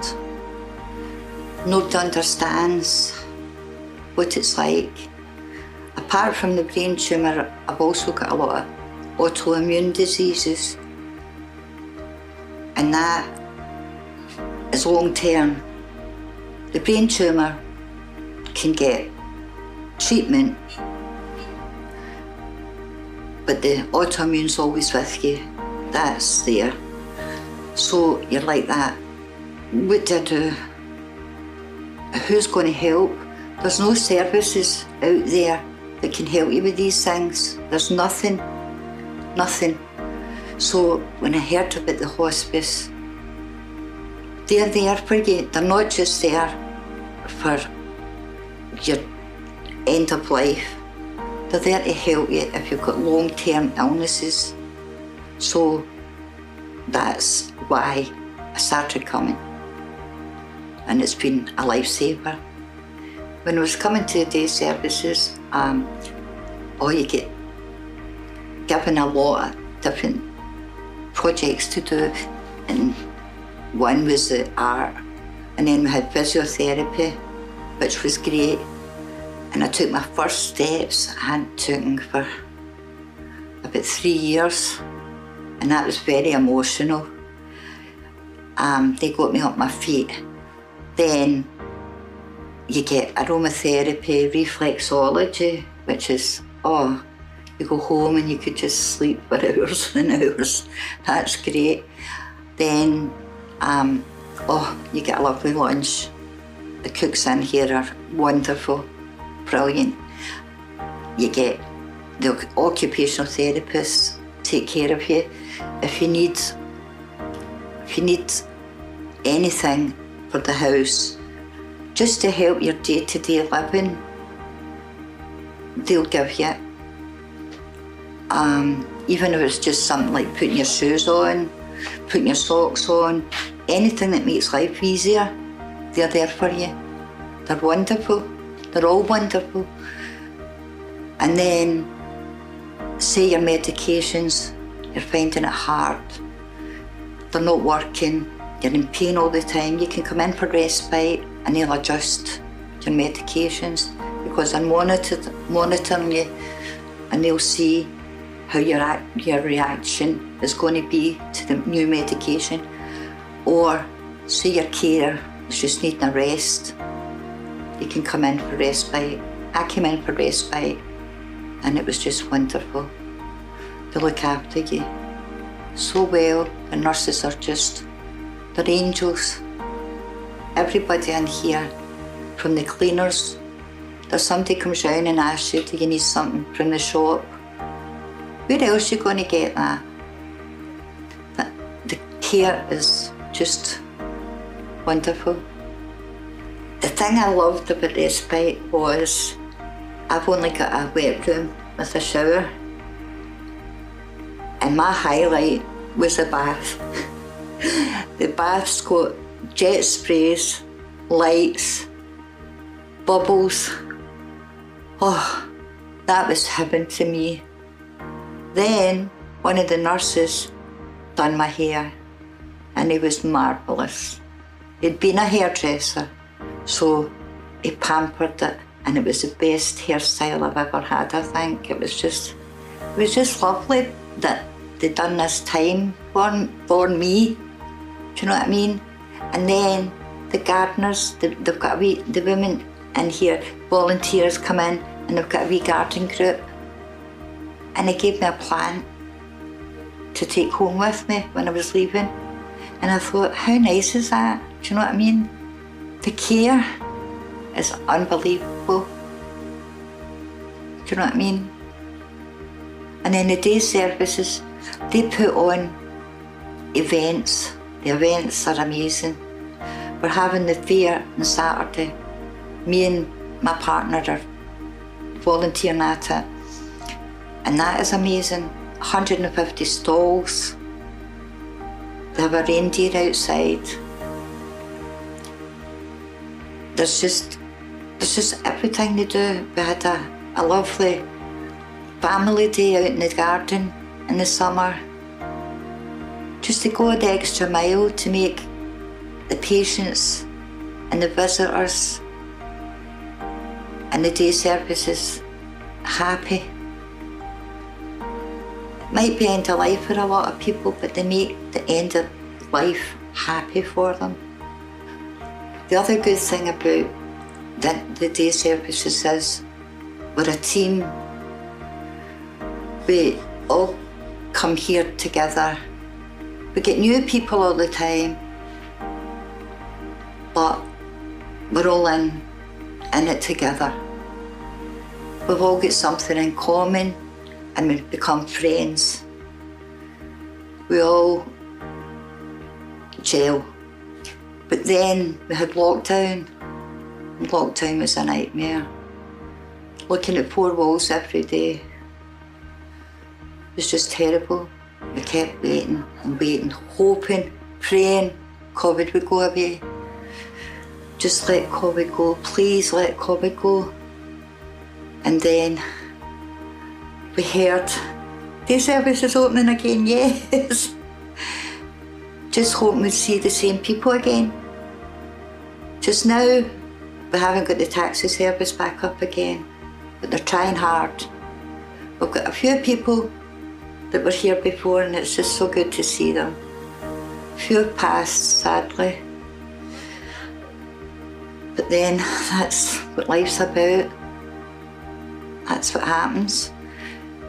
But we've got the old friends coming back, and once the taxi fares, the service is back up again, there'll be more. We'll be the old team again. And the day services will hopefully be back to normal. And then we're going now to Kilmarnock, to the centre stage, and that's a new experience. and it's lovely out there. And then in February, we're going to be moving to other places because this place is all getting renovated, and that'll be another new experience when it's all done up again. And that's something else to look forward to if God blesses us all and we're all still here. Well, the way I feel is there's a stigma about hospices, and the stigma is that you come to die. But that it is true, but in a way it's not true, because you come here and it's actually fun. We all have fun. We laugh, we giggle. And if you were to listen to them now through that door, you'd hear them laughing. We do what we have to do here. We're physio, we get our aromatherapy, we chill a bit. We were doing quizzes. We just started back, so we're trying to get structure again. And the cakes are just wonderful. They are just, scones, they are good. Oh, we get scones at centre stage and they're beautiful. Oh, they're lovely.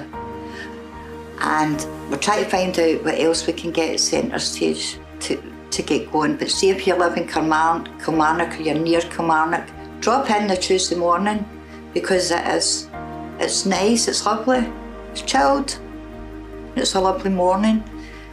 And if you're watching this, I hope you're enjoying it, because it's great. And if you've got any spare money for the hospice, it's well worth it, because it's a great, great place. Can I just say that if it wasn't for everybody donating, I couldn't have had this experience for me. And I really honestly don't know what I would have done without this experience. I would have just been a vegetable in my bed, just wearing away. And this comes from my heart. Thank you very, very much. Thank you.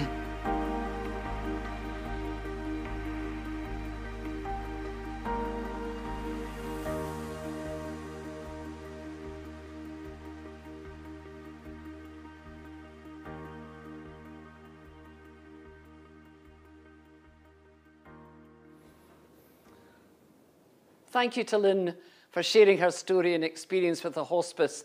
It's really heartwarming to hear firsthand what kind of difference that the hospice has made to her and to all the people that the hospice helped throughout Ayrshire. And you can help the hospice help them by phoning into the number, going on the website, Facebook, whatever, as long as you keep sending money in to the hospice. And Lynn put it so well that the hospice nurses are all angels and true heroes. Not all heroes wear capes, which brings us rather fittingly onto our next performance from Ayrshire Philharmonic Opera Society, dedicated to the wonderful hospice team who are all heroes in making today matter. Please welcome APOS with their musical director Andrew Nichol on the keyboard, on the accompaniment, and they're going to sing a song from the Frank Wildhorn musical Wonderland, a glorious rendition of Heroes.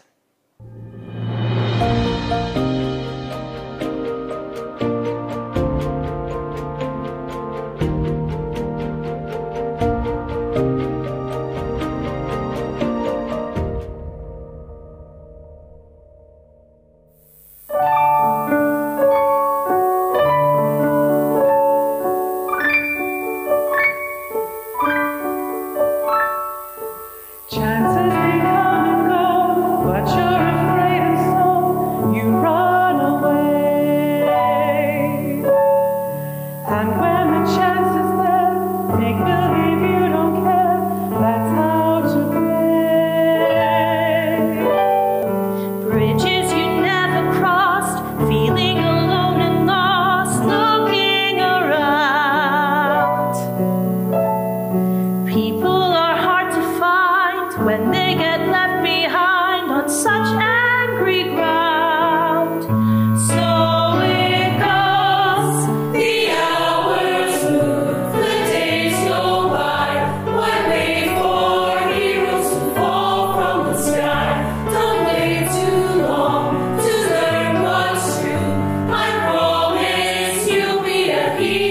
for me, and I'll be a hero for you.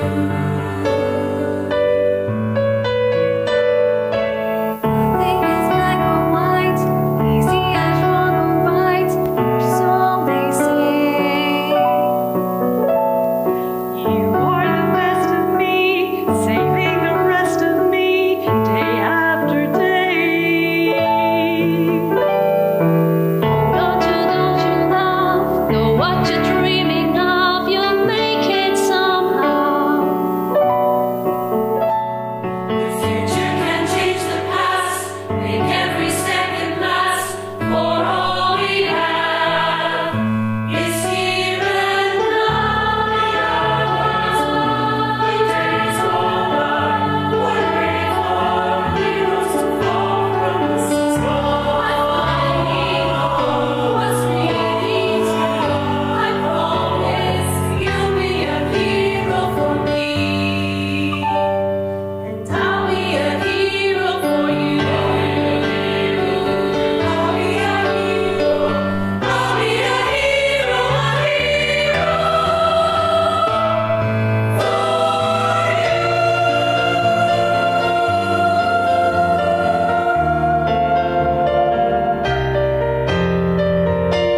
The hours move, the days go by.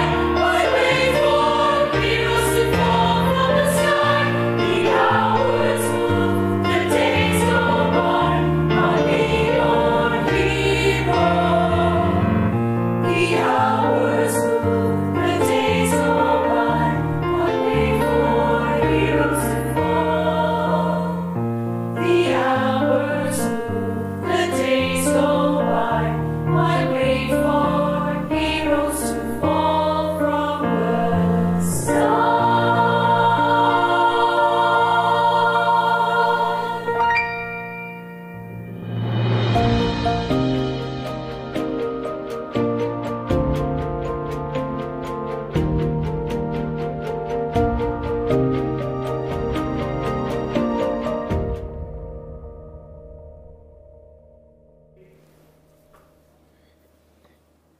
Oh, a wonderful performance and a rather dashing gentleman in the middle there, Linda.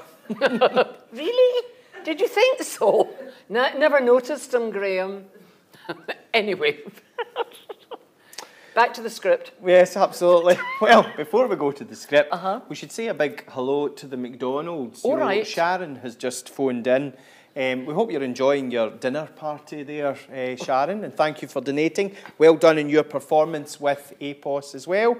Linda and I will be up in half an hour for leftovers. I hope there's something left. Yeah, quite. Well, oh, no, it's me first, is it not? I think it is. Absolutely. Why don't you say something, Graham? Well, remember there is still time to make a donation with us. You can call the number on your screen, but I think it's time for a wee update again. So if we look to the screen again, Linda, we are sitting at £3,550. Fantastic. Thank you very much for your donations. And again, keep them coming in. Just call the number on your screen or donate on Facebook or our website. Remember, every penny, every pound makes a difference. Next tonight, we welcome back Pauline Ferguson, whom we heard from earlier, and we also heard her in the APOS song as well. She's a keen member of APOS and also of Kilmarnock Amateur Operatic Society. Pauline's going to sing a lovely rendition of Someone to Watch Over Me by George Gershwin. Please welcome back Pauline Ferguson.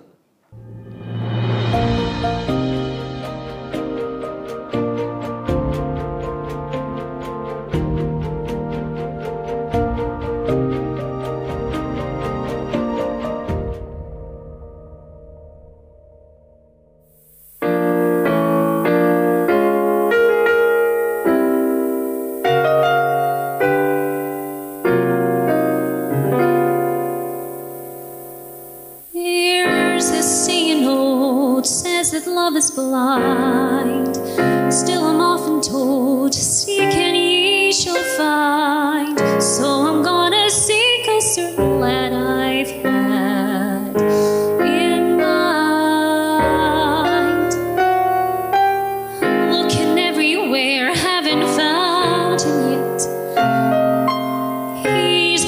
affair I cannot forget.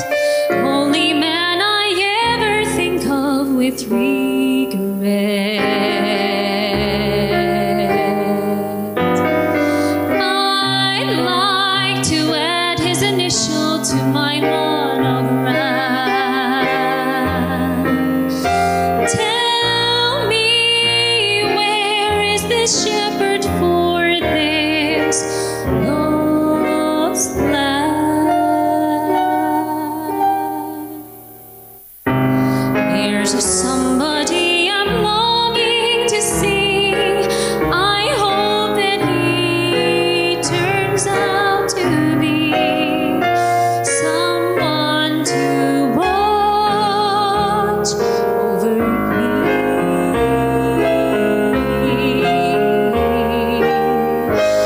I'm a little lamb who's lost in the wood. I know I could always be good to one who'll watch over me. Although he may not be the man some girls think of as handsome, to my heart he carries the key.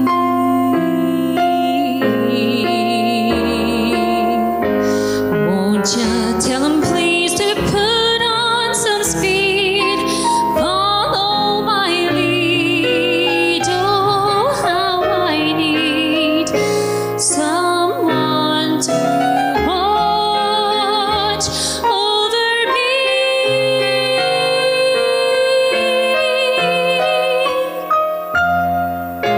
Someone to watch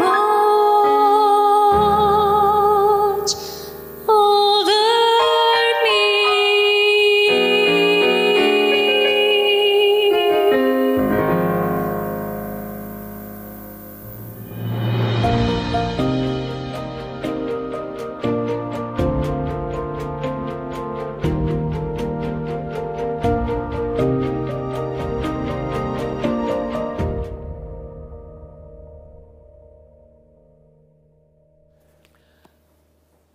Now we're nearly at the end of tonight's concert.